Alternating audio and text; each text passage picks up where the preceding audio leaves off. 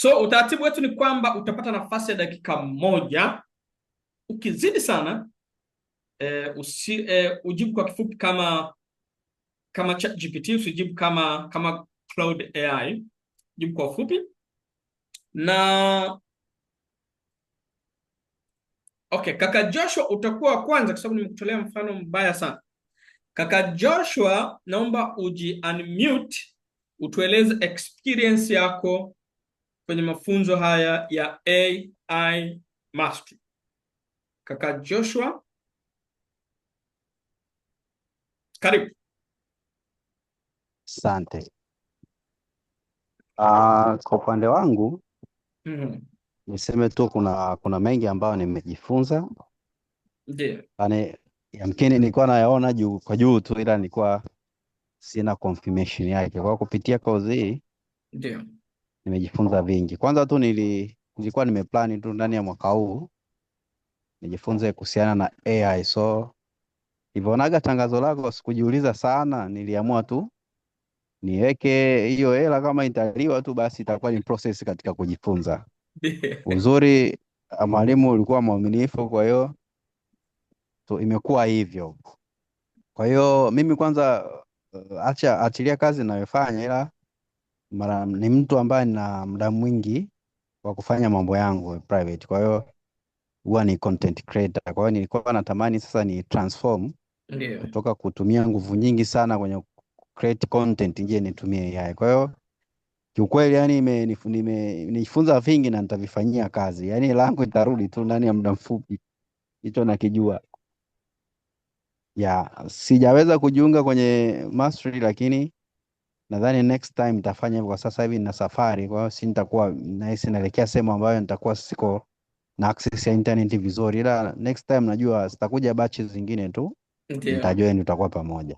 Asante sana kaka Joshua kwa experience, kwa uzoefu wako huo kwenye AI. Mwanzo nilikuwa naona anadhani pengine utapeli. Kwa hiyo ni hofu ya watu wengi, kwa sababu ni kweli watu wanatapeliwa. Kwa hiyo tunakushukuru sana. Kaka Mianei, wewe Mianea, ulikuwa na vurugu wewe na kaka Emmanuel. Karibu tushirikishe uzoefu wako wa mafunzo haya ya AI. Asante mwalimu. Ndio. Kwa kweli ninashukuru sana kwa ajili ya mafunzo. Nimejifunza vitu vingi kwa sababu kwenye mazingira yangu halisia nilikuwa nakutana na mambo mengi ambayo yalikuwa yanabaki kuwa dilema. Lakini sasa hivi nimekwisha kupata majibu sahihi na suluhisho, na vile vile nimetambua kwamba AI ni chombo tu kwa ajili ya kutusaidia kutekeleza majukumu yetu ya kila siku kwa wepesi na kwa ufanisi. Asante sana. Asante kaka Miane, na video zako bado tunazikumbuka, tutazimisi baada ya hapa. Nafikiri upo AI Mastery Pro. Ndio, nipo. Lakini fujo hazijaisha, bado zinaendelea. Sawa, fujo kule zitaongezeka. Ndio. Okay, sasa kaka Ntale, kitabu chako bado kinaendelea, hatujakimaliza. Kaka Ntale, karibu. Mwalimu, kitabu changu unaendelea nacho au umekiweka pembeni? Nikupatie uendelee nacho mwenyewe. Nimekiomba sana mwalimu. Sawa, asante mwalimu. Baada ya hapa tu tutakurushia. Asante. Mimi la kwangu bana la kusema, ndio, nimefurahi kushiriki, ingawa hata mimi mwanzo nilikuwa na wasiwasi kwa sababu kwenye mazingira ya kujifunza kwa njia ya mtandao watu wengi sana tunapigwa. Ndio. Lakini kwenye AI mpaka hapa nilipofikia, ndio, niseme tu kama jinsi ambavyo wewe umesema yule mwalimu wa USA alipokuachia ndio, yale mambo mengine umegundua mwenyewe. Ndio.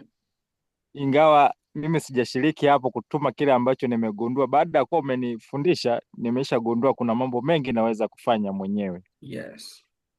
AI inaweza ikakupa kodi nyingi ambazo unaweza ukafanya kwa njia tofauti. Kwa hiyo hata mimi ninafurahi sana, na ingawa sijapata fursa ya kuendelea hapo, ninaitamani. Nafikiri tutaongea baadaye inbox tuone tunaweza kufanyaje. Karibu sana. Asante mwalimu. Asante sifa kaka Mtali ni kwamba nilikuwa hatumalizi kipindi na asiulize swali. Najua sifa za wanafunzi wangu wote. Okay, sasa kaka Omar karibu. Umekuja na wageni kaka Omar Makame. Wageni ni kina nani? Habari za jioni. Sikuja na wageni kwa sababu nilichelewa kupata ruhusa ya kuwaalika. Nilitumia message pale kwamba kuna mtu amesema nataka nifundishe AI. Nilitaka yeye awe ndio mgeni lakini naona hakuwepo online, kwa hiyo na nilichelewa kunipa ruhusa. Kwa hiyo sikutoa invite kwa mtu yoyote. Sawa, karibu. Actually mimi nimeanza kukufuatilia since August. Kama tukianza kukufuatilia kwenye chat zetu huko. Ndio. Nilikuwa niingie kwenye banchi za mwanzo kwenye banchi ya 4 sijui au ni banchi ya 3 kama hivi. Lakini kutokana na mizunguko na up and downs, kwa uwezo wake Mwenyezi Mungu nimepata kuingia kwenye banchi ya 11. Imagine kwa wale ambao wanasema au si mwaminifu. Kwa hiyo nani nilikuwa na hamu, ningekuwa hivi sasa ningekuwa pengine kwenye hiyo AI Master Pro, ningekuwa tayari kama imeanza banchi yake kabla nafikiri pia na huko ningekuwa nimeshaingia. By the way, AI ni ulimwengu mwingine au niseme ni sehemu ya ulimwengu mwingine ambayo inakwenda kubadilisha vitu vingi kama unavyosema. Binafsi tayari nimeshalipia baadhi ya matangazo yangu kufanyiwa AI. Na vitangazo ukiviangalia ni ambavyo tayari mimi pia mwenyewe sasa hivi naweza kuvitengeneza. Yes. Somehow kwenye maisha lazima upigwe ili ujifunze. Kwa hiyo nimepigwa kahela kidogo. Wewe umepigwa wapi? Nimepigwa kwa ambao wamenitengenezea vijitangazo vya AI ambavyo tayari mimi kupigwa kwa namna hiyo. Hiyo ni lazima, ndio. Ndio nasema kwenye maisha lazima upigwe ili ujifunze. Bora nimetengenezewa vitangazo vya 30 hapo. Unapigwa kwenye posta. Yes. Alafu kitu ambavyo sasa hivi mimi naweza nikavifanya. So hata kama nitalipa sasa, lakini ndio hilo uliosema kwamba jifunze ili ujue mtu anafanya nini. Kwa hiyo naweza hata nikalipa and then nikarecommend bwana, hicho ulichonifanyia sio kizuri kwa sababu hapa umetumia 1 2 3. Exactly. Yes. Lakini pia sasa tayari umeshaona professional hapo wapi na unaweza ukafanya nayo kazi vizuri. So actually nilikuwa ni miongoni mwa watu ambao nikiona kitu namwambia hiyo si AI. Sasa ile hiyo si AI maana yake inakuwa ni ya kejeli fulani, lakini yes. Lengo ni nini? Lengo ni ile AI au lengo maudhui yanayoletwa na AI. Kwa mfano nilitengeneza video moja nikawatumia watu wangu wa familia, tuna group yetu ya familia. Mdogo wangu mmoja akasema hiyo si ni AI tu. Nikamwambia wewe umepata chochote kwenye hiyo video au unasema tu hiyo ni AI? Akasema ujumbe ni mzuri. Nikamwambia kama ujumbe ni mzuri then hilo ndio lengo.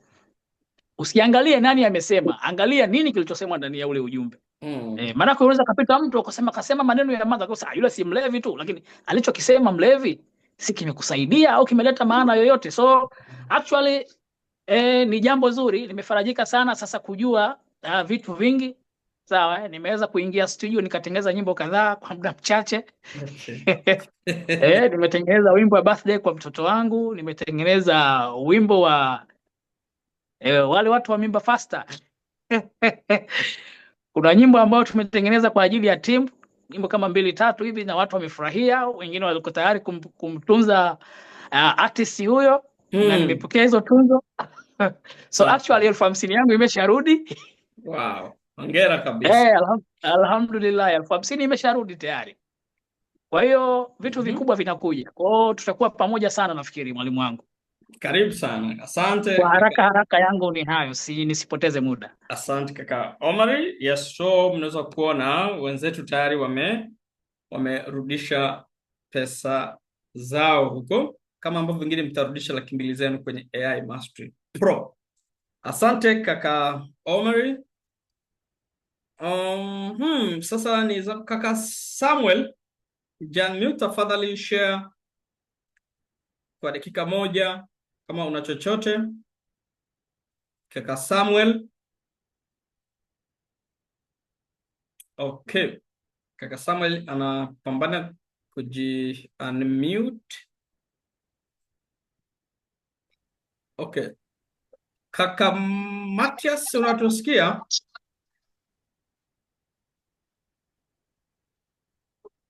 Kaka Matias, okay. Naye unmute. Huyu SCL ni nani? Hello. Ni dada Celestina. Okay. Huyo ni senior crown leader. Okay, huyu ni Celestina Lwanga. Namuita profesa. Karibu profesa. Asante na habari za jioni wote. Njema kabisa. Nashukuru. Asante sana. Ninashukuru kupata nafasi hii kueleza uzoefu wangu kwa jinsi ambavyo nimejifunza mafunzo haya. Kwanza awali ya yote ni shukrani zangu za dhati kwa timu yetu hii ya AI Mastery, hasa wewe mwalimu. Hakika nimejifunza mambo mengi kuhusiana na ulimwengu wa AI, lakini zaidi kilichonifurahisha ni namna na jinsi ambavyo wewe mwalimu ulikuwa ukifundisha darasani. Hakika umetufundisha vizuri, ulikuwa unaweza kuoanisha nadharia pamoja na vitendo, na zile practices ndio ambazo sasa zimetujengea sisi skills, au mimi binafsi skills. Nimeelewa tools mbalimbali za AI, lakini nimepata pia maarifa ya namna gani ya kutumia sasa hizo tools katika mambo mbalimbali, ikiwemo katika biashara kama vile matangazo, posta, lakini pia katika elimu ambapo umetuonyesha ulimwengu wa namna gani ya kutengeneza vitabu. Sasa hivi naweza kujua namna gani ya kutengeneza articles. Sasa haya yote ni maarifa ambayo umesiwanisha nadharia na vitendo, na sisi tukapata yale maarifa. Ni jukumu letu sasa kutumia huo ujuzi na hayo maarifa kwa faida au kwa hasara, lakini mimi nalenga zaidi kwa faida. Naamini kwa maarifa basi sitaishia hapa tu, lakini yatanisaidia mimi pamoja na jamii nzima, na ikiwezekana hata kuleta maendeleo endelevu au maendeleo ya kiteknolojia zaidi.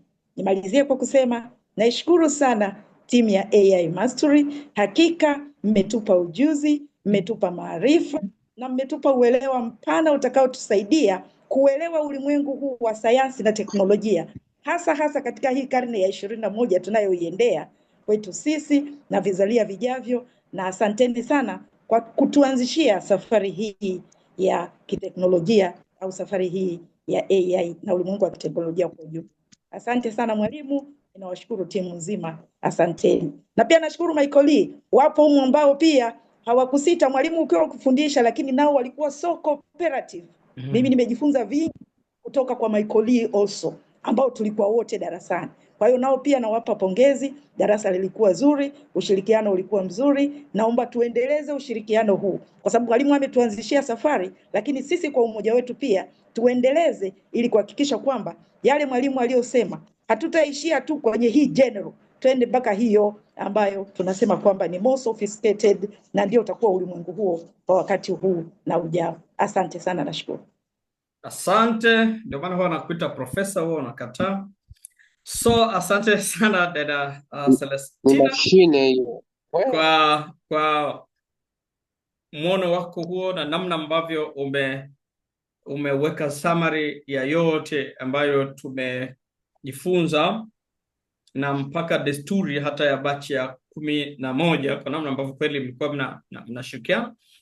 Mimi na kushukuru na kupongeza kwa kuwa uko AI Mastery Pro. Tutazidi kuendelea kule pamoja. Asante sana.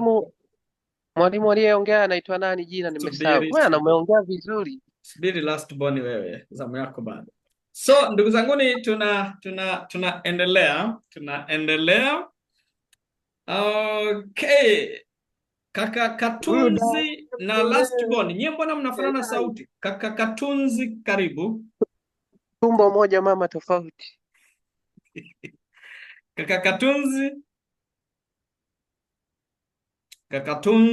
anapambana mama alafu mama tofauti. Jamani, anapambana kujiunmute. Sawa. Sasa kuna watu ambao wanafujo, ni kaka Katunzi, last born na kaka Mahanga. Kaka Katunzi, karibu, pacha wako anakukaribisha hapa.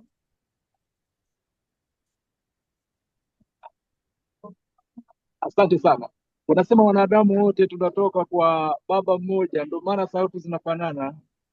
Haya, sasa karibu Milk Stage. Nawashukuru sana kwa somo la leo. Niko sasa hivi naweza nikawa spiti vizuri. Asante. Na kwa sasa hivi naweza nisiwe nasikika vizuri. Niko safarini, natoka Singida naelekea Dar es Salaam, ila Okay, nitajaribu kushirikiana nanyi kwa kidogo sawa sawa. Kwa nachokuwa hiyo nacho. utashirikiana nasi kwa kusikiliza. Sawa. Kaka Mahanga Isaya, karibu. Asante sana. Cha kwanza kabisa niseme shukrani sana kwa mwalimu pamoja na timu yako kwa kushare nasi ujuzi huu, lakini pia jambo lingine kwamba nimeweza kutambua kwamba AI ni nini na imeweza kunipa ufahamu mpana zaidi, kwa sababu mimi kabla ya hapa nilikuwa ninajua kwamba mtu akisema AI ninawaza ni ChatGPT tu hamna kingine zaidi ya hapo ambacho nilikuwa ninakifahamu. Ndio. Lakini pia jambo lingine ni kwamba nimeweza kuhamasika zaidi ili hata kama nikiweza kumaliza masomo yangu ya degree basi niweze kupata nafasi kwenda kujifunza artificial intelligence in business management. Yeah, yote ipo ni kwa sababu ya ipo kupata nzuri. mafunzo haya. Ziko course za MBA in artificial intelligence. Safi, hongera Yes. kwa kuwa na hiyo na hiyo vision. Endelea kaka Mahanga Isaya. Lakini pia nimeweza kutambua kwamba baadhi ya maudhui ambayo yanayotumwa kwenye mitandao ya kijamii ambayo yanaleta tuseme kama tashwishi fulani hivi kwenye jamii au kama ni mchanganyiko fulani hivi kwenye jamii, unajua kabisa kwamba hii ni AI au hii ni picha halisi au hii sio halisi. Kwa hiyo wengine wanavyoshangaa na nini na kushadadia mambo, lakini wewe ushajua kwamba hapa hiki sio kitu halisi tayari. Hiyo pia ni faida mojawapo ambao nimeweza kuipata. Lakini pia kitu kingine pia ninajaribu kurudisha pesa yangu kwa sababu niko hapa chuoni, lakini pia mfano mpaka sasa hivi nimeweza kuandaa nyimbo 4 za watu wa Valentine Day tarehe 14 kwa shilingi 10,010 wimbo mmoja. Ndio. Na hiyo yote ni faida na uzuri, ninafurahi kwamba nipo kwenye jamii ya watu wa mambo hayo zaidi, kwa sababu tunajua kwamba vijana wanapenda sana mambo ya social media na nini. Mtu anakwambia bana unitengenezee picha niko sehemu nzuri na nini, unamwambia bana hamna shida, 1,000 tu hamna shida, na haoni shida kutoa kwa sababu ndo kizazi tulicho nacho. Yeah, tunapenda kujidanganya. Mtu anataka aonekane yuko Dubai, yuko Qatar. Kwa hiyo ndio maisha ambayo tulionayo. Wakati huo wao wanafurahia na sisi pia tunafurahia kupata kipato, hata walau buku mbili sio mbaya.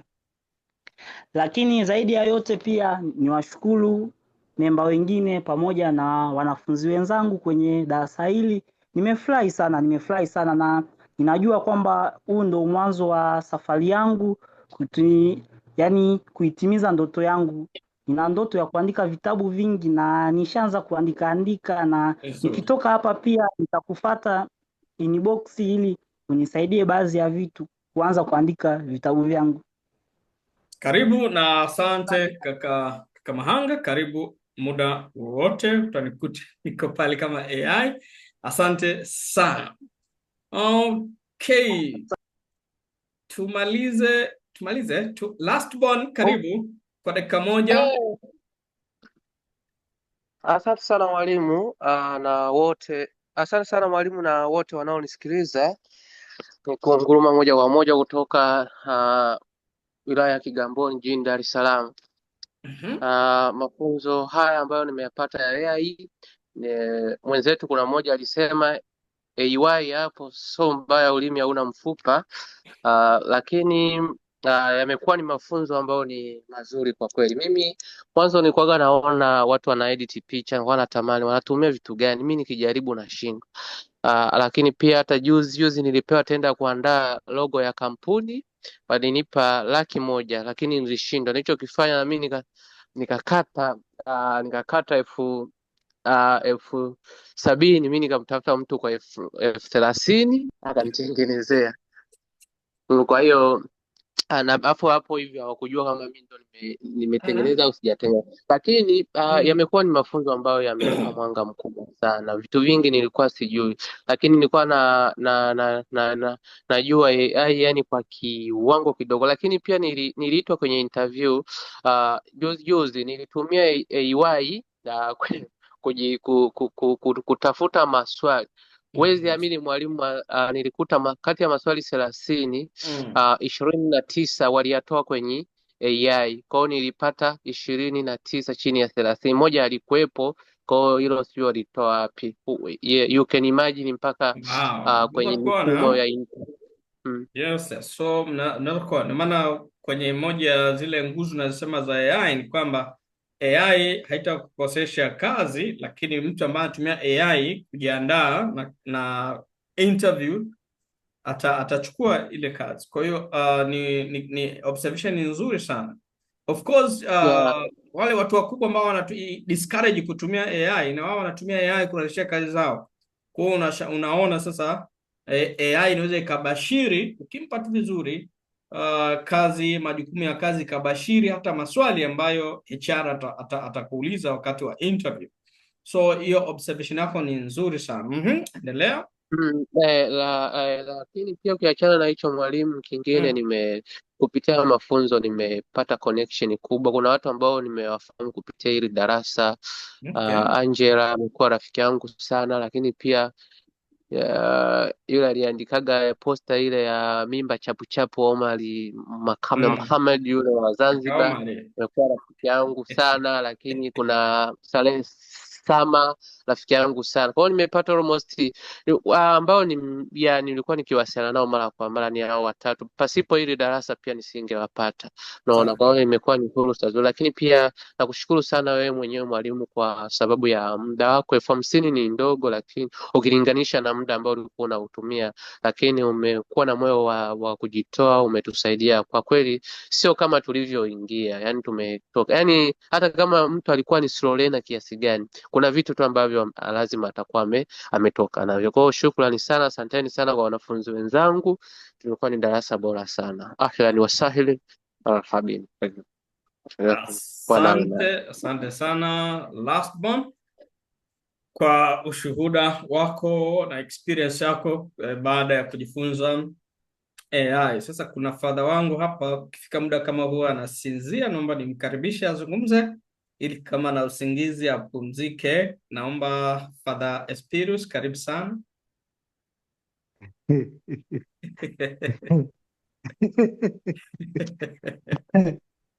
Asante sana.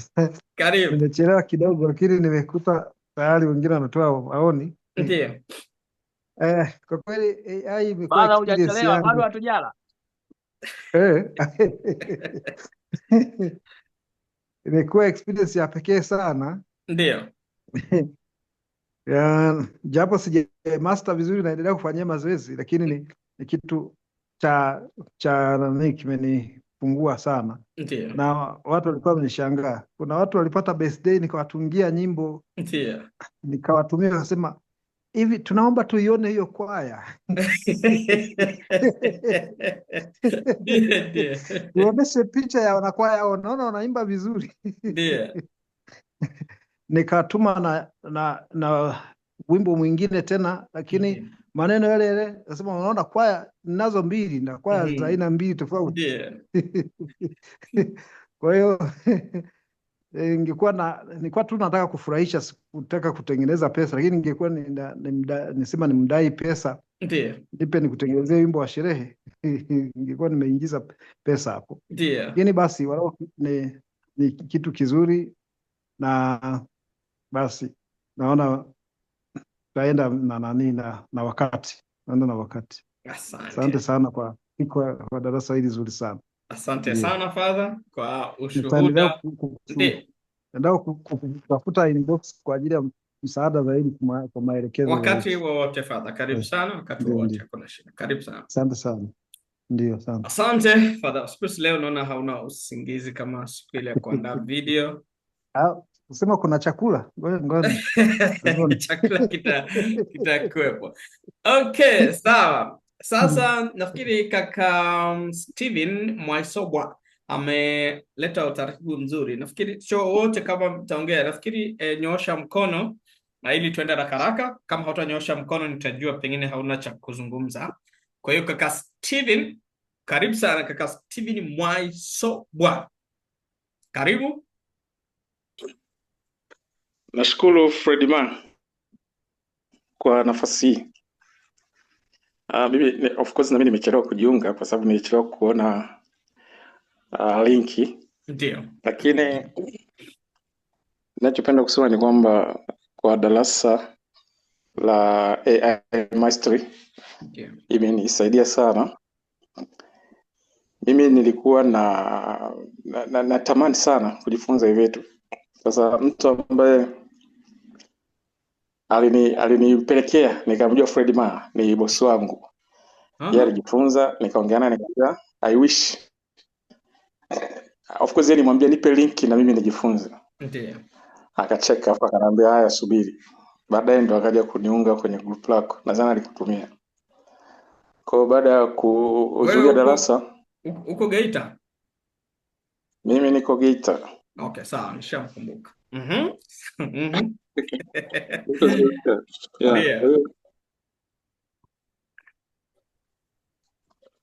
Baada ya kuhudhuria darasa, ndio. Of course kwanza nashukuru kwamba imenifungua. AI imenifanya niweze kuona kwamba vitu vingi ninaweza nikavifanya vile ambavyo nilikuwa natamani kuvifanya. Ndio. Nikiwa nimetulia peke yangu bila kupata usumbufu mkubwa wa kutafuta aidha kushirikiana na mtu au kutafuta kwa njia kubwa zaidi. Ndio. Na baada ya kupitia darasa hili la Fredman, kipekee na kushukuru wewe kwa kutufumbua au kwa kunifumbua macho kuielewa hii teknolojia vizuri. Ndio. Lakini pia kuweza kuitumia. Nimekuwa nikiitumia sana mimi ni mpenzi wa nyimbo sasa za Injili. Ndio. Na kipekee napenda nyimbo za kuabudu. Kwa hiyo nimekuwa nikitumia kutunga nyimbo. Of course mpaka sasa hivi na nyimbo zaidi hata 15. Safi kabisa. Ndio. Ambazo natunga huwa nazisikiliza mwenyewe. Ndio.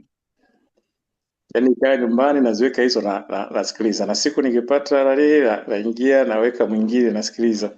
Chache na share na wenzangu. Lakini pia baada ya kujifunza nikatengeneza matangazo machache. Nikamtumia bosi wangu akawa very excited. Lakini pia iniwezesha hata kutengeneza logo ya ofisi yangu ambayo nipo. Na watu walipenda. Na hata zile suggestion ambazo walikuwa natoka kwamba badilisha iwe hivi nikaweza kuzifanya. Na baadaye ikapita ikawa accepted kwamba hii ndio tunaweza tukaitumia. Wow. Hongera sana.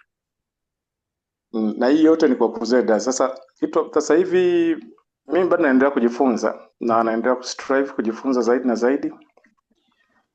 Na natamani sasa hizi nyimbo ambazo natunga niweze kutengeneza video zake nzuri. Lakini zaidi ambacho naweza nikaomba kwa Fredman kwa sababu lengo la kujifunza natamani sasa niweze kuzitumia hata katika shughuli nyingine za ikiwezekana kujiongezea kipato. Kwa hiyo kama kuna fursa mimi nitakufuata Fredman inbox. Ndio. Na kuonyesha baadhi ya kazi yangu na kuona namna gani naweza nikapata knowledge zaidi, lakini pia nikatumika zaidi, kwa sababu the more unavyotumika kufanya kitu ndivyo unavyojua kitu. Asante. Asante sana kaka Steven kwa ushuhuda wako huo mzuri kabisa. Dada Justa, karibu sana, umenyosha mkono na hurumia papa yako. Dada Justa, karibu, unmute.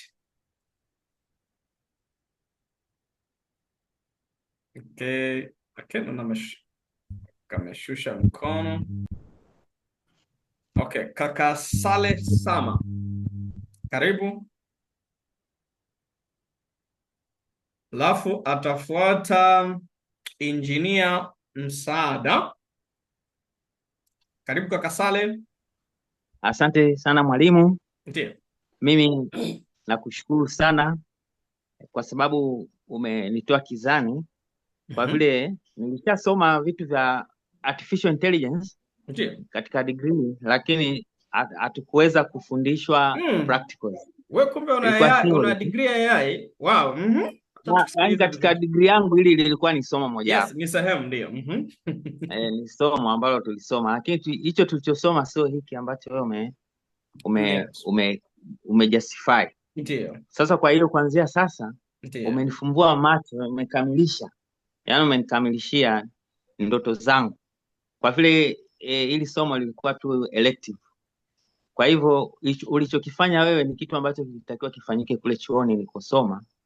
Kwa hiyo kwa namna hiyo mimi nakushukuru sana. Na vile vile mtoto wangu mimi, unajua mimi ni babake Maua Sama. Okay. Kwa hiyo nilivyomwambia mambo haya akasema utanisaidia. Kwa hiyo nitashirikiana na wewe, kama utakuwa kuna shida yoyote utakuwa unaweza kutusaidia, manake nilishawatumia na mtoto wangu mwingine tena hivyo hivyo, yeye anapenda sana mambo ya matangazo, anauza maua yeye. Anaitwa Umi, ni engineer Umi, kama umewahi kumuona kwenye mitandao. Naye vile vile amefurahi sana kusikia mimi nimesoma hivi vitu. Okay. Lakini mimi sasa hivi ni mstaafu na hapa nipo kijijini. Lakini wewe umenifanya yani nijisikie amani sana, na hapa kijijini wananiona kama mtu wa ajabu kabisa. Nishatunga nyimbo mtaonyesha na video na wanashangaa sana. Wanajua umerithi kipaji cha mtoto wako. Wanafikiria kwamba mimi ndio nilianza kwa mwanamuziki hapa. Okay. Kwa hiyo bwana, mimi nakushukuru sana.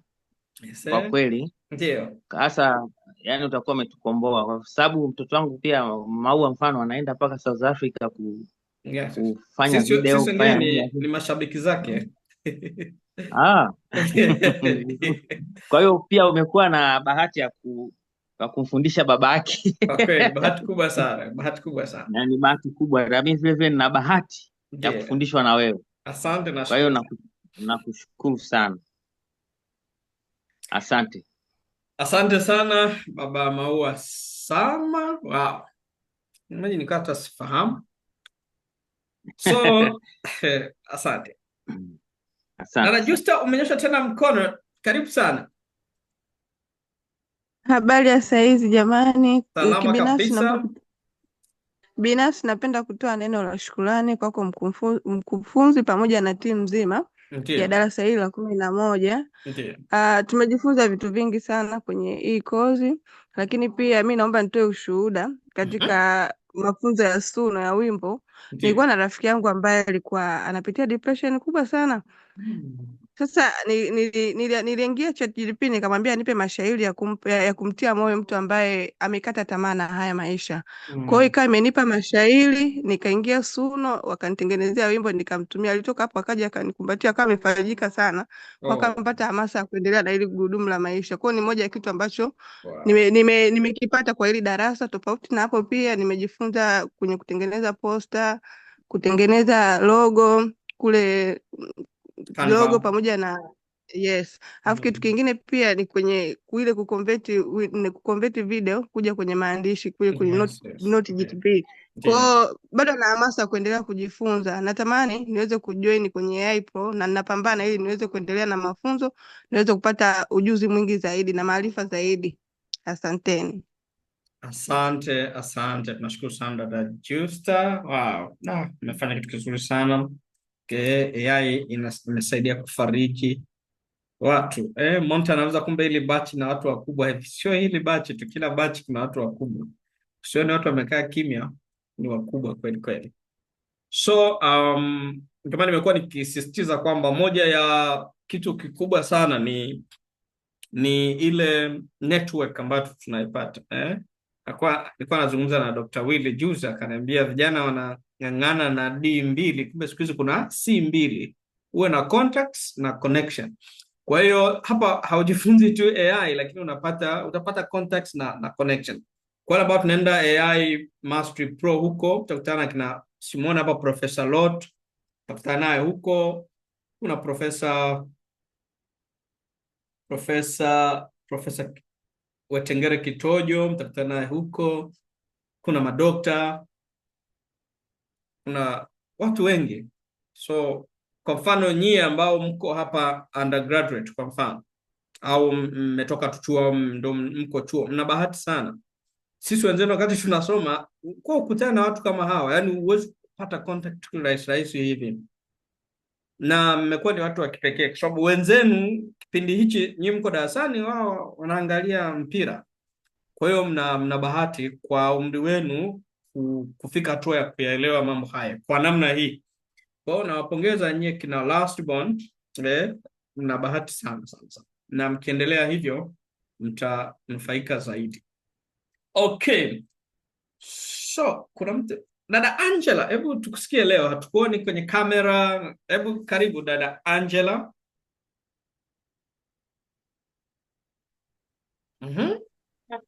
Asante sana mwalimu. Ndio. Mbona mnaanza kunicheka jamani? Sisi ukizungumza tunafurahi sana. Nataka niandae mkutano dada Angela, wala Dar es Salaam. Wala Dar es Salaam, fanya mpango mkutane, mimi nitalipia chakula. Weka video Angela. Weka muziki. Chuma cha reli. Karibu dada Angela. Sasa jamani, nyinyi mnataka niongee huku mnataka video. Nikiweka video siweza kuongea. Okay, ongea bila video. Mimi naomba tu niseme kwamba Ndiyo. Nashukuru sana mwalimu kwa mafunzo yako, yamenibadilisha pakubwa sana. Hizi wiki mbili? Yamenibadilisha kwa sababu nilikuwa sijui chochote. Yaani hata ile kutumia ChatGPT nilikuwa sijui. Wewe unabadilika kweli? Endelea. Japokuwa mwanzo nilikuwa naogopa mpaka nikasema labda wewe ni tapeli. Nakumbuka ulitishia kuniloga kwa mganga. Lakini siwezi, ni maneno tu kutishia. Kwa hiyo nashukuru sana mwalimu kwa sababu nimejifunza mengi, nimejifunza kutengeneza nyimbo.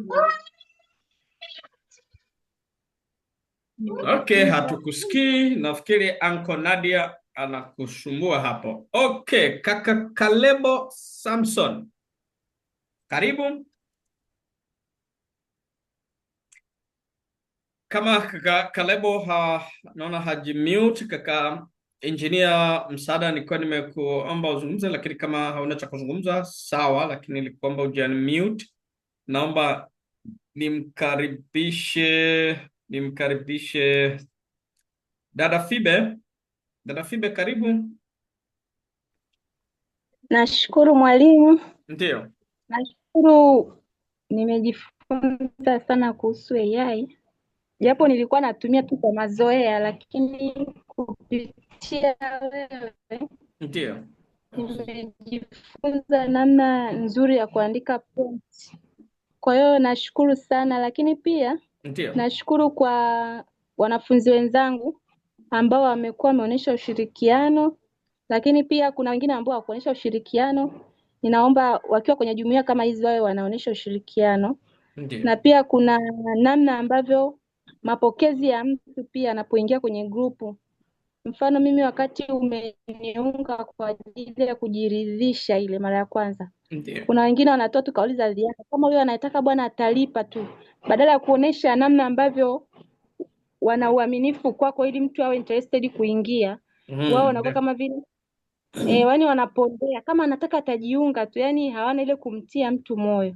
Kwa hiyo kama wewe ni mwanafunzi kwenye grupu yoyote, sio tu hili la mwalimu wetu Fredma, kuna mtu anakuja kwa mantiki ya kujifunza, usiwe mtu wa kuvunja moyo na usiwe mtu wa kutokuwa msaada kwa wengine. Kama unaona wewe sio msaada, basi ni bora tu tukakaa kimya. Lakini kingine nakushukuru sana kwa baada ya kutengeneza mziki na video. Nilikuwa sijui namna ya kuingiza prompt ili nipate video nzuri. Kwa hiyo nashukuru sana mwalimu. Sijaweza kujiunga kwa AI Pro ile, lakini next time naamini nitajiunga tena. Asante. Unapaswa ujiunge sasa. Karibu sana na asante dada Fibe. Dada Fibe alikuwa na wasiwasi kwamba atatapeliwa, kwa nikamuka kwenye group la wanafunzi ili wamchemo. Nafikiri akitana last one. Hiyo message itakuwa ni ya last one. Okay. Sasa kuna mtu baba hajazungumza. Okay, huyu iPhone Pro Max ni nani? iPhone 17? Omar. Hapana. Sawa. Karibu iPhone. Ni Josephine. Ni? Josephine. Okay. Josephine. Josephine Alex. Yeah. Okay. Karibu. Asante. Mimi niweza kuongea kwamba tu mwalimu nakushukuru sana sababu kuna mengine kweli kwa sijui kwa nilikuwa na ujuzi kidogo lakini so wote kama kutengeneza music videos matangazo such kind of things. So nilikuwa sijui lakini asante sana nimejifunza niko vizuri sasa hivi hata naweza nikatengenezea mwenyewe. Okay, asante. Msalimie Uncle Jimmy James. All right. Okay, karibu. Asante Josephine Alex. Kuna mtu muhimu hajazungumza bado. Kaka Ntalindanya kutoka AI Mastery nafikiri ni 10. Karibu sana.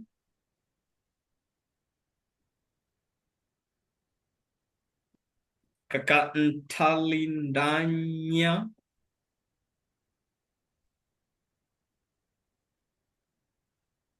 Okay, tunamaliza muda sio mrefu. Sawa. Kuna mtu kaka Samuel niliomba hakuzungumza. Okay, karibu sasa. Hello, niko hewani sasa. Karibu. Yeah. Asante.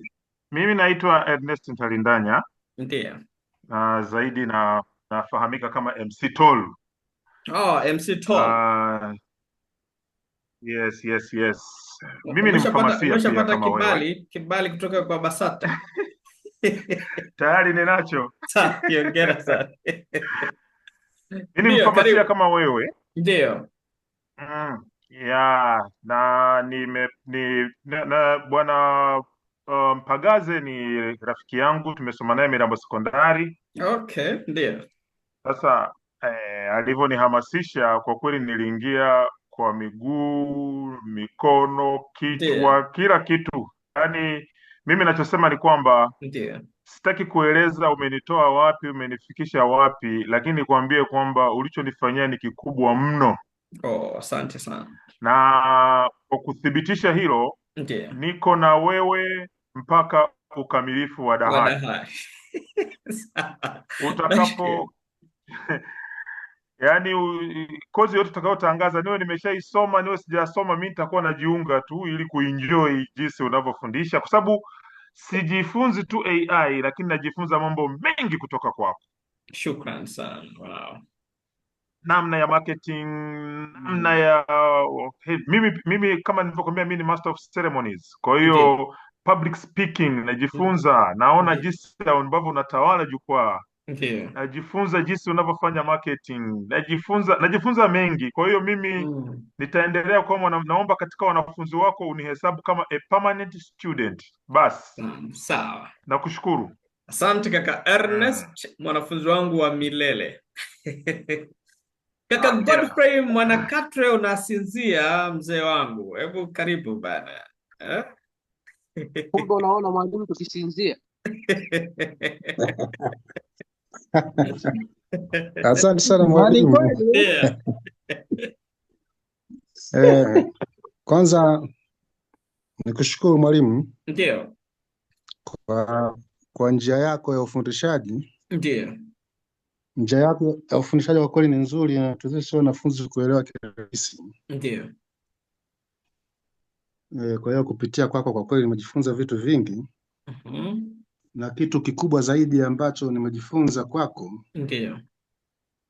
ni kutumia AI kuandika vitabu. Kutumia AI kuandika vitabu Ndio. ni kitu ambacho kwangu mimi nimekiona ni kikubwa sana, kwa sababu nilikuwa nafikiria kwa muda mrefu jinsi ya kuandika vitabu, lakini kwa nikijaribu Ndio. nashindwa. Lakini toka siku uliotufundisha pale, Ndio. mpaka sasa hizi nishaandaa vitabu viwili. Hongera sana. Kwa hiyo nipo na vihariri tu. Ndio. Kwa hiyo nimefaidika sana kwa hilo, na nilikuwa naona nilikuwa najua mambo haya toka zamani, hata usomaji wangu huko vioni ungekuwa ni rahisi zaidi. Kwa kweli sisi tunafurahi. Kwa hiyo hao ambao wako vioni saa hizi nafikiri watakuwa wanaangushia tu. Kwa kweli.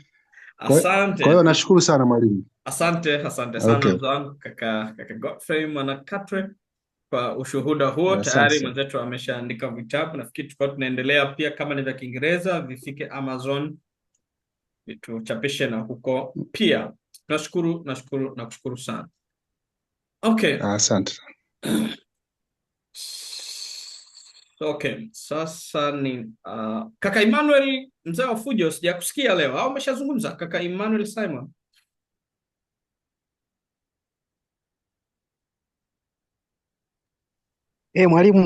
Mwalimu, asante sana na kushukuru. Kwa kweli darasa lako, nadhani unakumbuka mwanzoni na mimi nilitaka kuwa kama yule dada aliyetaka kusema utapeli sijui nini. Wewe kwa Fujo ndio. Nakumbuka. Mimi kati ya watu ambao tulitoka kwenye ile darasa, nafikiri niliingia nikapata mafunzo, nimejifunza vizuri sana mpaka sasa hivi napiga hela vizuri mno. Alafu kitu kingine nimejaribu kutengeneza content zangu YouTube. Ndio. Za kuelimisha tu jamii. Bana nilifungua YouTube ni majuzi tu hapo, lakini sasa hivi naona wewe jamaa huwa hulali, naona YouTube kila saa una post. Na kitu kingine ukifuatilia, nilijaribu kutengeneza na logo yangu kabisa kupitia AI ambayo ndio hii hapo sasa. Inaonekana vizuri kabisa. Kwa hiyo tunakushukuru mwalimu kwa mafunzo unayotupatia, lakini nilijaribu kushare kwa wengine, nimejaribu kuwatengenezea matangazo wengine. Wengine watamani kujifunza. Kuna mwalimu wangu alifundisha blockchain na cryptocurrency, na yeye anahitaji, ndio maana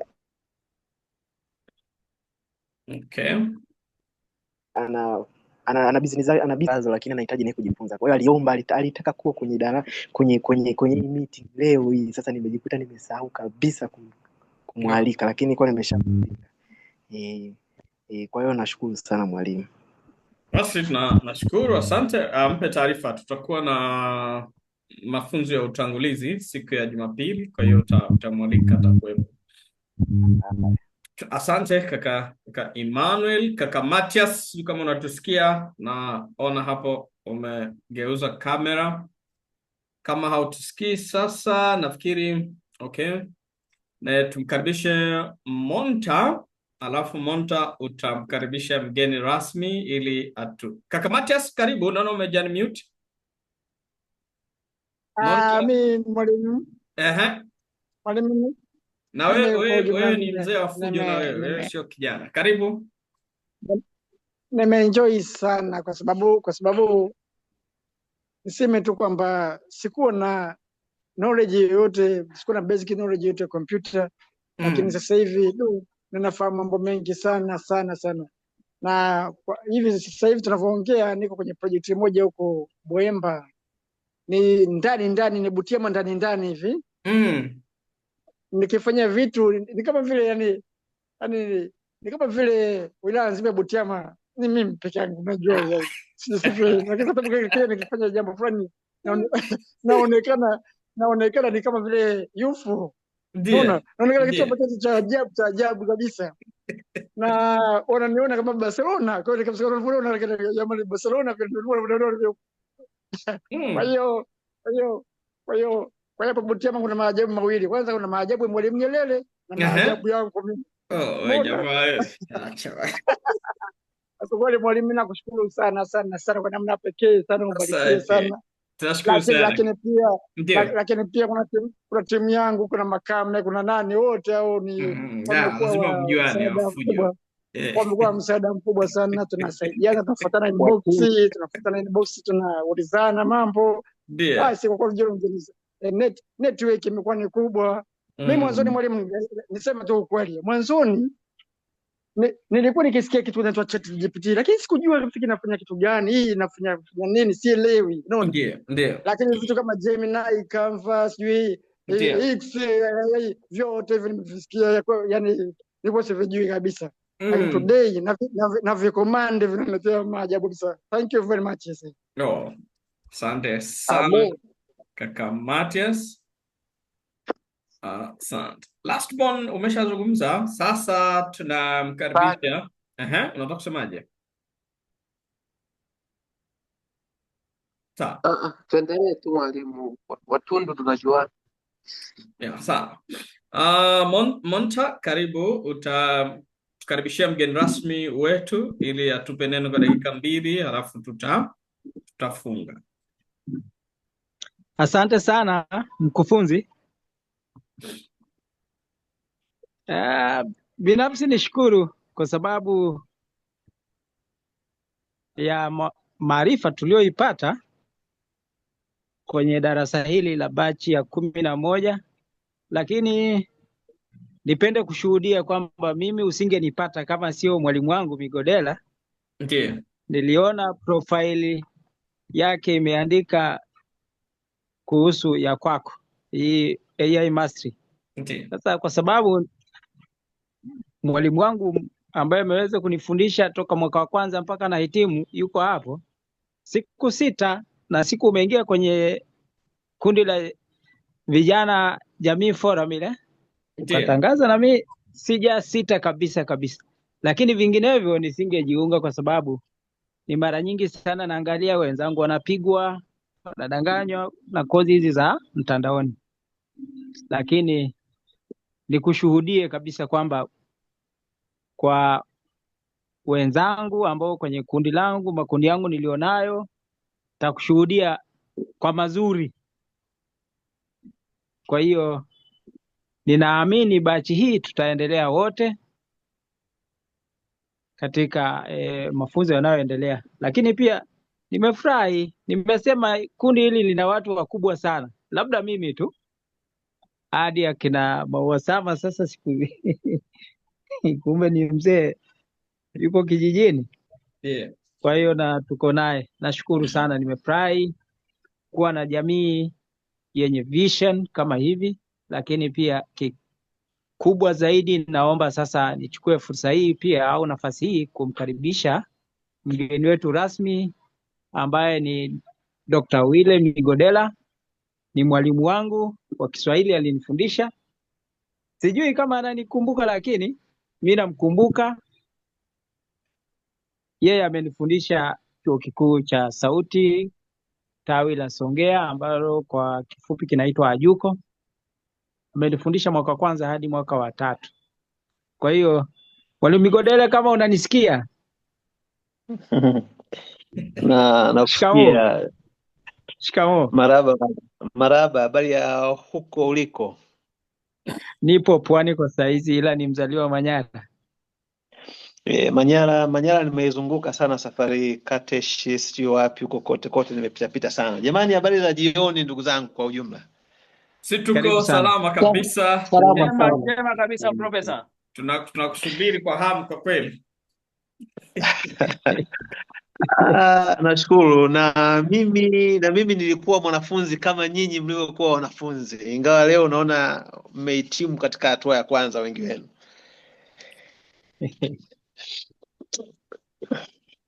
Basi nipende kushukuru kwanza, asante. Nipende kumshukuru Mwalimu Fred Ma, kijana ambaye ana moyo, mimi binafsi huwa nasema ni kijana ambaye huwa ana moyo wa dhahabu. Yeye pia analijua hilo kama mimi huwa namtamkia hivyo.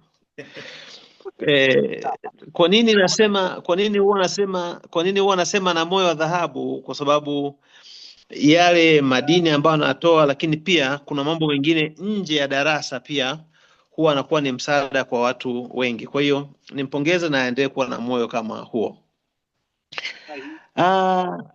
Kingine nimshukuru kwa kuniamini. Sijajua kwa nini ameniamini kiasi hiki mpaka walao leo niseme neno kwa wahitimu wetu, lakini nafikiri ni imani aliyokuwa nayo kwangu pia.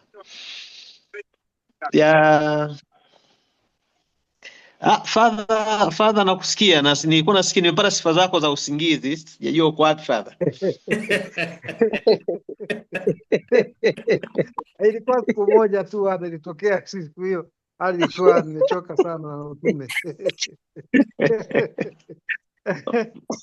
Nafuatilia vizuri sana. Sawa, asante. Basi na machache tu ambayo naweza nikazungumza na nyinyi ndugu zangu. Kwanza ni bahati ya kuwa tuna utambuzi wa kuweza kuamua kushiriki kwenye hili darasa, kwa sababu inaonyesha ni watu ambao mnakwenda na wakati na kuona namna gani dunia ambavyo ina kasi hii ambayo tunakwenda nayo. Darasa tulilokuwa nalo la AI, maana yake wanasema artificial intelligence, lakini sisi Waswahili tuna majina mawili, tuna akili mnemba na tuna akili unde. Ingawa najua Mwalimu Fredman ana jina lake fulani, ni lipi lile tukumbushe? Akili dijitali. Akili dijitali. Yes, akili dijitali. Lakini sote katika majina hayo matatu kitu akili kipo. Kwa hiyo kumbe ambacho nataka nikiseme pia ni kwamba vyote tunazungumzia swala la akili. Na katika kuzungumzia swala la akili, mafanikio ya kweli tunasema kwamba hayaanzi kwenye mashine wala hayaanzi kwenye program kama hii ambayo tumejifunza. Lakini mafanikio ya kweli tunasema yanaanzia kwenye akili ambayo imetulia. Na akili ya mwanadamu unasema kwamba ni silaha yenye nguvu kuliko teknolojia yoyote ile, kwa sababu akili ya binadamu ina uwezo wa kujenga maisha au kuyaharibu maisha. Kwa hiyo hilo ni jambo la msingi sana ambalo tunapaswa tulifahamu. Na akili ya binadamu pia ina uwezo wa kumuinua mtu kutoka katika hali ya chini hadi katika kilele cha mafanikio. Lakini vile vile akili ya binadamu ina uwezo wa kumwangusha mtu kutoka katika mafanikio kwenda kwenye kushindwa. Ndio maana basi mtu kawaida, sisi binadamu, anayejifunza jambo ni vema basi kuona namna gani ya kuweza kuitawala akili. Na ukiweza kuitawala akili, basi pia unaweza kuitumia akili hiyo kwenye masuala ya teknolojia kwa manufaa. Kwa hiyo ni vema basi tukajitahidi sana kuitumia akili yetu katika manufaa. Lakini kwa mtu ambaye asiyeidhibiti akili yake, huweza kujikuta akiwa ni mtumwa wa mawazo, kwa sababu mawazo yako yanaweza kukupeleka yakakufanya ukawa mtumwa, kwa sababu tu umekuwa umeshindwa kuidhibiti akili yako. Lakini kwa mtu pia ambaye asiyeweza kuidhibiti akili yake, anaweza akawa ni mtumwa wa hisia. Ukisema uishi kwa hisia au ufanye maamuzi kwa hisia, huwa inakuwa ni hatari sana. Lakini pia kwa mtu ambaye asiyeweza kuidhibiti akili yake, anaweza akajikuta akawa ni mtumwa wa mazingira. Sasa kwa mtu wa aina hiyo ambaye hawezi kuidhibiti akili yake, sasa hata katika matumizi ya AI, basi AI inaweza ikakuchukua au ikamchukua huyo mtu na kumpeleka sehemu ambayo isiyotakiwa. Maana yake teknolojia ina uwezo wa kupoteza. Kwa hiyo ni vema basi tukajitahidi sana kudhibiti na kutumia vema akili yetu. Kwa hiyo ndugu zangu wahitimu, tunapaswa kufahamu kwamba kila kitu pia ambacho tunakiona leo hii, ikiwemo hii AI ambayo tumetoka kujifunza, kilianza kama wazo katika akili ya binadamu, na kwa sababu tuko katika akili mnemba, akili dijitali au akili unde, ndio maana nimesisitiza sana katika matumizi ya akili. Na katika kuitumia akili tujitahidi sana kuwa na katika ujenzi wa mawazo yetu, kwa sababu mawazo ya mwanadamu ni kama mbegu. Kwa nini nasema mawazo ya binadamu ni kama mbegu? Kwa sababu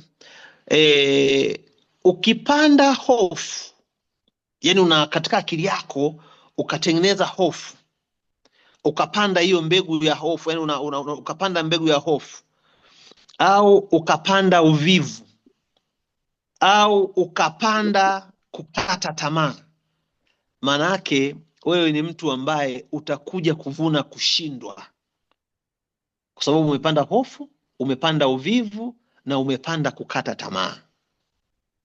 Lakini mawazo yako yakiwa kama mbegu ambayo utapanda nidhamu, utapanda matumaini na utapanda juhudi, maana yake wewe utavuna mafanikio.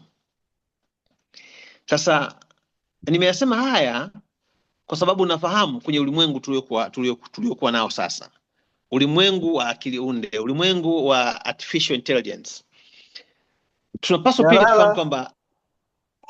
tufahamu kwamba au wewe unambaga miwani yangu nini? Joshua unaweza kumute basi kidogo basi. Okay, sawa, tutashukuru. Katika ulimwengu huu sasa ambao tupo sasa hivi, nasema wa AI, tunapaswa tufahamu kwamba AI ni mashine, ni mashine yenye nguvu kubwa sana. Hilo tunatakiwa tufahamu hivyo. Lakini akili ya mwanadamu isiyotulia au isiyokuwa na utulivu ni hatari kubwa zaidi. Nimesema AI ni mashine yenye nguvu kubwa, lakini akili ya binadamu ambayo haina utulivu, ambayo isiyotulia, ni hatari kubwa zaidi. Kwa nilikuwa nataka kuzungumzia ukubwa wa vitu hapo. Kwa hiyo tunayapaswa tuwe makini sana katika matumizi ya akili katika yote ambayo tunafanya, hususan kwa sisi ambao sasa tumejifunza hii artificial intelligence. Kwa hiyo nimetaka kudokezea swala la akili kwa mtindo huo kidogo. Lakini walau kwa sababu nilikuwa mwanafunzi wa AI wakati najifunza na mimi AI, nilikuwa na ABC kidogo.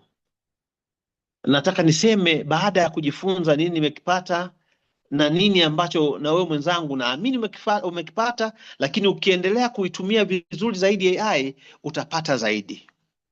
Kwanza, AI inaweza ni chanzo, sio inaweza kawa, AI ni chanzo cha kipato. Kwa nini chanzo cha kipato? Kuna vitu vingi sana katika dunia leo. Kwanza, mwalimu amesema na naamini kabisa mmejifunza kuandika vitu mbalimbali. Chukue mfano tu, kuandika maudhui. Maudhui yapo ya aina nyingi sana. Unaweza kuandika kitabu,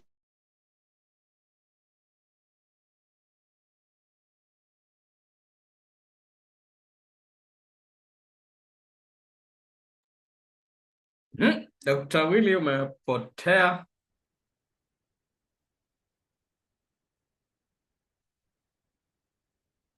Okay.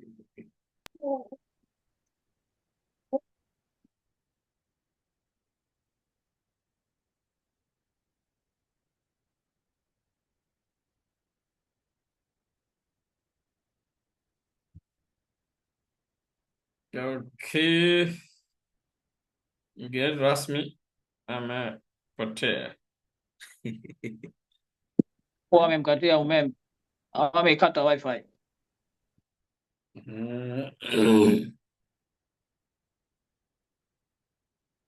AI inahitaji umeme wa kutosha. TANESCO. Nana amerudi. Dr. Willy, unatusikia?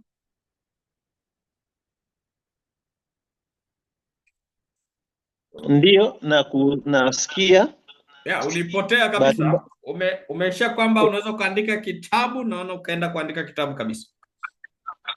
Yes, na hapa sasa bahati mbaya unajua ni kwa sababu nilikuwa najiandaa na mkutano huu, device zangu zote mbili nashangaa kwa sababu na device mbili zote zipo on kwa ajili ya hii meeting. Sasa nashangaa zote zikapotea hewani. Na upo hapa zote tunakuwa.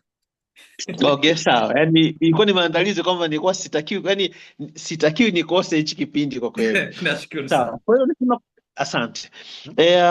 Nimesema pia unaweza ukaandika maudhui kama ukaandika vitabu na vitu kama hivyo, lakini pia kwa matumizi AI pia inaweza kusaidia katika ili upate kipato. Unaweza ukaandika ripoti mbalimbali, mtu akaja akakuomba ukamsaidia kuandika ripoti, lakini pia kuandika matangazo. Naona vitu vyote hivyo ambavyo nimevitaja vinalipa, na mimi binafsi tayari walau kwa sababu katika darasa la kujifunza nilikuwa mtunzi, nimeandika nyimbo sana, nimetunga nyimbo sana. Kuna shule kadhaa zimeshaniomba nimezitungia nyimbo za Kiswahili na Kiingereza tayari na wanazitumia, lakini pia nimejaribu kutengeneza na content nyingine nyingi. Ukitembea kwenye ukurasa wangu wa Facebook nimeweka pia kuna nyimbo nimeziweka ambazo nimezitengeneza, lakini nyimbo zile zilikuwa ni matokeo ya darasa kwa sababu mimi ni mwalimu wa Kiswahili na ni mwalimu wa fasihi. Na nikawafundisha wanafunzi wangu. Sasa tunatakiwa tupo kwenye fasihi ya kidijitali. Kwenye fasihi ya kidijitali hatutegemei mtu ategemee kuajiriwa tena yani. Sawa, utaajiriwa kama mwalimu, lakini unaweza kuwa na kipato cha ziada. Nikawafundisha katika fasihi ya kidijitali ni namna gani unaweza kutengeneza kipato cha ziada. Lakini mwalimu nafikiri pia alishawaambia unaweza kaingiza kipato pia kwa kuwatengenezea CV watu, kwa kuandikia watu barua za maombi ya kazi, kwa kuandikia watu wasifu wa kitaaluma na kama hivyo. Hizi ni vitu vyote ambavyo watu wapo tunaishi nao lakini hawafahamu namna ya kuandika hivi vitu.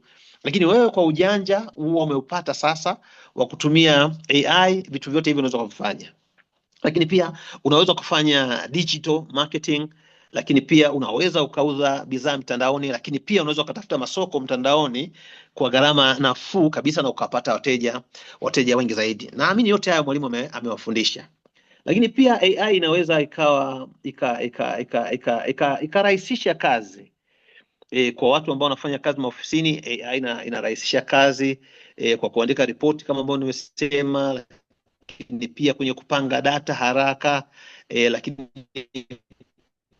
pia kupunguza makosa ya kibinadamu. Kama binadamu huwa tuna makosa, lakini kwa kibinadamu. Lakini pia inasaidia kupunguza muda wa kufanya kazi. Ripoti ambayo unaweza kaitumia kuiandaa kwa muda wa masaa 8, unaweza kutumia saa 1 au masaa 2 na ukawa umeshaiandaa na ikawa imekamilika. Lakini pia AI inaweza kusaidia katika sekta za elimu, biashara, afya, kilimo. Katika elimu research, kama nimemsikia Mwanakatwe pale amezungumzia kwamba wakati yule anasoma AI ingekuwepo, maana yake mambo yake ingekuwa ni marahisi sana. Ni kweli inarahisisha sana, lakini mimi nasisitiza pia hata wanafunzi wangu watumie AI, kwamba tumieni sana AI, lakini hakikisha kwanza unajua ni nini ambacho unachokitafuta kwenye AI. Yes. Ukienda kama kipofu basi na yenyewe itakupeleka pulini hivyo hivyo. Kuna wakati inaweza kufanya hivyo. Na haya nimeyagundua katika assignment ambazo nazitoa. Mwanafunzi anaenda ana copy na kupaste kila kitu kutoka kwenye AI na anakuletea. Kwa vitu vingine unaona kabisa imempoteza, unajua kabisa huyu hakujishughulisha nao, alikuwa anaandika kitu ambacho hakijui. Lakini matumizi yake pia haya AI katika elimu pia natakiwa na tahadhari kubwa zinatakiwa ziwepo. Kuna watu ambao pia nimewafundisha mimi matumizi ya AI. Mtu anafuga kuku kwa mfano. Alianza kufuga, alikuwa anafuga kuku wa nyama, kaingia kufuga kuku wa mayai. Akaanza kumbana na changamoto nyingi sana. Lakini kamwambia hizo changamoto AI inazitatua. Sababu kwanza kuku wake walikuwa wanataga mayai madogo. Lakini pia changamoto nyingine ilikuwa hayana kiini cha njano, yanakuwa ni meupe. Nikaambia wewe ingia kwenye AI. Ikampa matokeo mazuri kabisa yani. Kwa hiyo AI ukitoa ushauri wote huo ambao unaosema, una uwezo wa kutengeneza kipato. Lakini naomba niwakumbushe na niwatahadharishe kwamba AI ni chombo tu. Sawa? Ambacho kinaendeshwa na akili ya binadamu. Kwa hiyo akili ya binadamu ndio dereva anayoendesha kile chombo, hiyo AI. Sasa kama unaweza ukawa ni dereva lakini hauna mwelekeo sahihi, hata ungekuwa na gari jipya namna gani, lazima gari hilo litakupeleka vibaya. Kwa hiyo maana yake nasisitiza pia matumizi sahihi ya AI. Na kingine ambapo nachoweza kukidokeza ni kwamba katika zama hizi ambazo tunatumia AI, nasema kwamba katika zama hizi, hii kauli naomba pia uipigie mstari, au unaweza ukaibold mtu kwamba ni hatari sana katika zama hizi, kwamba ni hatari si AI kuchukua kazi za watu. Unajua hofu hiyo ipo yani. Hatari si AI kuchukua kazi za watu, bali hatari ni wewe binadamu, au ni sisi binadamu, au hatari ni binadamu asiyejitayarisha kuchukua fursa za AI. Exactly. Nachotaka kumaanisha ni kwamba AI inatoa fursa. Kwa hiyo wewe ambaye umejifunza AI, chukua fursa ambazo kwenye AI. Nimezitaja hizo baadhi, mwalimu kazitaja nyingine. Kwa hiyo ukizitumia fursa hizo, basi naamini utakuwa uko mbali. Lakini kuna hatari kubwa pia ipo endapo wewe ambaye umejifunza, au na mwingine ambaye hajajifunza matumizi sahihi ya AI kutoka kwa Fred Ma, endapo tu utaitumia AI bila nidhamu. Nidhamu ya akili inatakiwa sana katika kutumia AI. Ametoa mfano mwalimu pale jinsi ambavyo AI inavyoweza kwenye ile clock ya inavyoweza kutumika kutengeneza hata picha ambazo hazitakiwi.